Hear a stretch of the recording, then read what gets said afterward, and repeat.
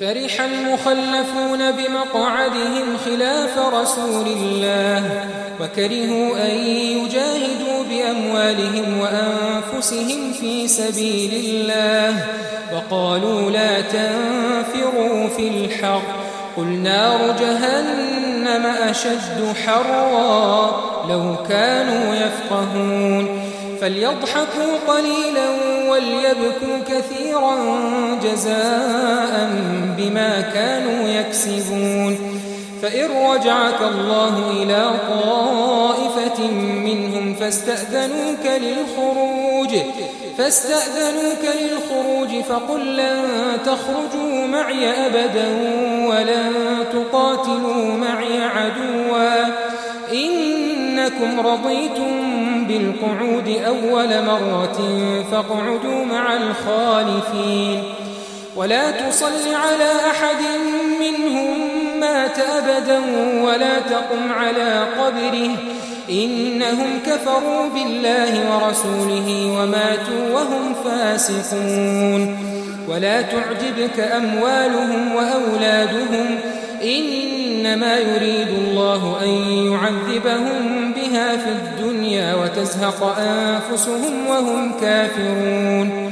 وإذا أنزلت سورة أن آمنوا بالله وجاهدوا مع رسوله استأذنك أولو الطول منهم وقالوا ذرنا نكن مع القاعدين رضوا بأن يكونوا مع الخوالف وطبع على قلوبهم فهم لا يفقهون لكن الرسول والذين آمنوا معه جاهدوا بأموالهم وأنفسهم وأولئك لهم الخيرات وأولئك هم المفلحون أعد الله لهم جنات تجري من تحتها الأنهار خالدين فيها ذلك الفوز العظيم جو لوگ غزوہ تبوک میں پیچھے رہ گئے وہ اللہ کے پیغمبر کی مرضی کے برخلاف بیٹھ رہنے سے خوش ہوئے اور اس بات کو ناپسند کیا کہ اللہ کی راہ میں اپنے مال اور جان سے جہاد کریں اور دوسروں سے بھی کہنے لگے کہ گرمی میں مت نکلنا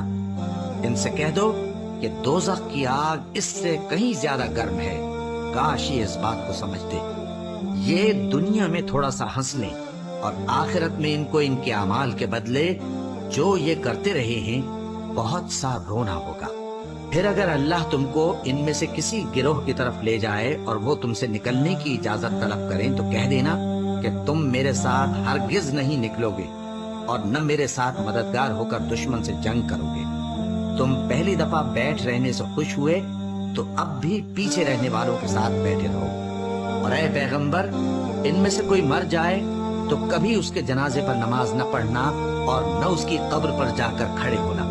یہ اللہ اور اس کے رسول کے ساتھ کفر کرتے رہے اور مرے بھی تو نافرمان ہی مرے اور ان کے مال اور اولاد سے تعجب نہ کرنا ان چیزوں سے اللہ یہ چاہتا ہے کہ ان کو دنیا میں عذاب کرے اور جب ان کی جان نکلے تو اس وقت بھی یہ کافر ہی ہو اور جب کوئی صورت نازل ہوتی ہے کہ اللہ پر ایمان لاؤ اور اس کے رسول کے ساتھ ہو کر جہاد کرو تو جو ان میں دولت مند ہیں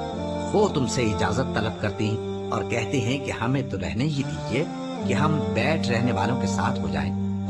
یہ اس بات سے خوش ہیں کہ عورتوں کے ساتھ جو پیچھے رہ جاتی ہیں گھروں میں بیٹھ رہے ان کے دلوں پر مہر لگا دی گئی ہے سو یہ سمجھتے ہی نہیں لیکن پیغمبر اور جو لوگ ان کے ساتھ ایمان لائے سب اپنے مال اور جان سے لڑے انہی لوگوں کے لیے بھلائیاں ہیں اور یہی مراد پانے والے ہیں اللہ نے ان کے لیے باغات تیار کر رکھے ہیں جن کے نیچے نہریں بہ رہی ہیں ہمیشہ ان میں رہیں گے یہی بڑی کامیابی ہے اور